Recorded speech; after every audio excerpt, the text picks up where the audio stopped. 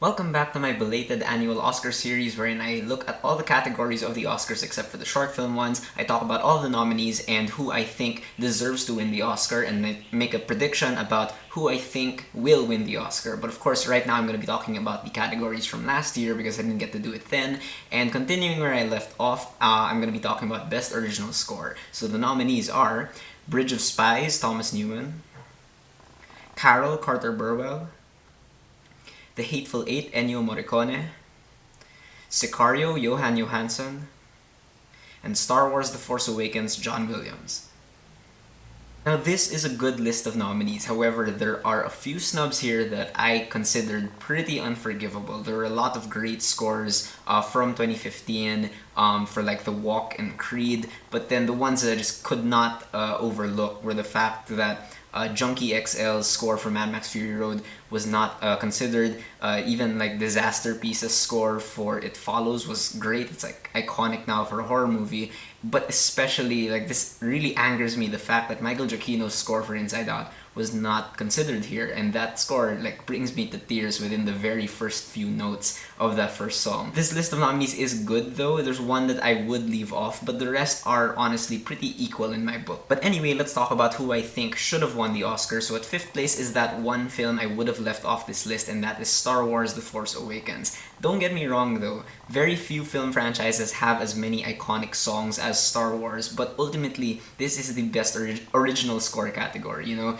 And really the thing about Force Awakens is that it does draw on a lot of nostalgia, and it really depends on the original trilogy to really, you know, for that film to work.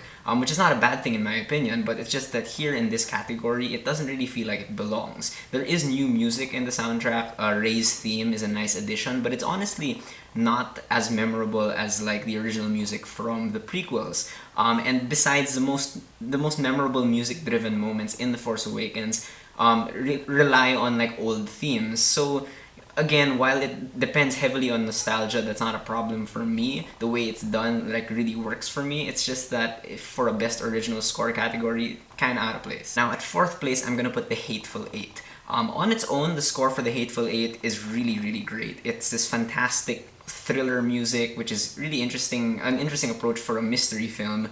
And the music is really elaborate and foreboding. There are lots of scenes, especially in the second half, that really benefit from just how crazy the music is.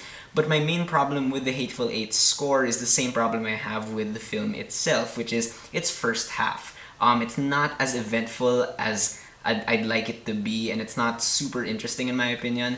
And the thing is, the same music plays in the first half and in the second half, you know, and in the first half the music just comes off as too big for me. It's not really a score that builds as the movie goes along. It just kind of stays the same. It's good music, but it, you know, it just doesn't always feel like it fits. Now at number 3, I'm gonna put Bridge of Spies. Thomas Newman is one of the masters of making me want to cry. Like, there's so many movies under his belt that have such emotional music, and they really do elevate the film. And Bridge of Spies for me is no different. His score here really kind of captures perfectly like this sort of emotion I couldn't quite describe as I was watching this film. And you know, the best way I can describe it is that it's a sense of humble pride for humanity, which is really what the movie is all about. And the music in this film is actually pretty restrained for most of its running time, which I really appreciate because it fits the story, it fits the atmosphere of the Cold War. The music really keeps the emotions simmering low, and I just feel like it's such a good fit for the material, so that's why it's at number 3. Now at number 2, I am putting Carol.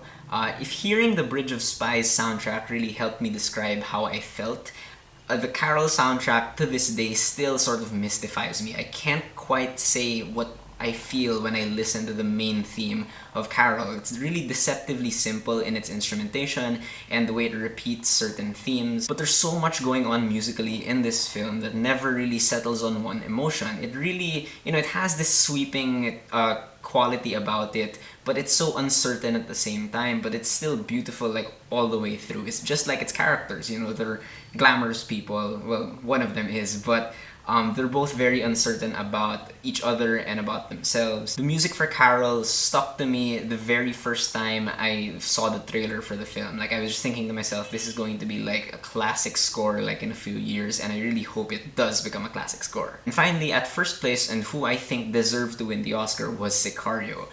Maybe I just have a penchant for more ambient scores like in The Social Network, but I really remember while watching Sicario that the music was clearly affecting my viewing experience in the best way. It really did, again, elevate the material. The score here is almost fit for a horror movie at times. Like, it is so foreboding, and it just feels so big, you know? It feels so overwhelming, like the drug war in Mexico. You feel the enormity and how unstoppable this war is for these people. And this score really for me gets the top spot because it did what no other nominated score in this category did, which was it scared me. Like, the music was legitimately scary, which I know is like a really specific thing to say about music, but it's really a feat. It's tough to do that, and I'm glad Sicario pulled it off. As for my official prediction of who I thought was going to win the Oscar, I went with The Hateful Eight, and yes, the Academy also gave it to The Hateful Eight.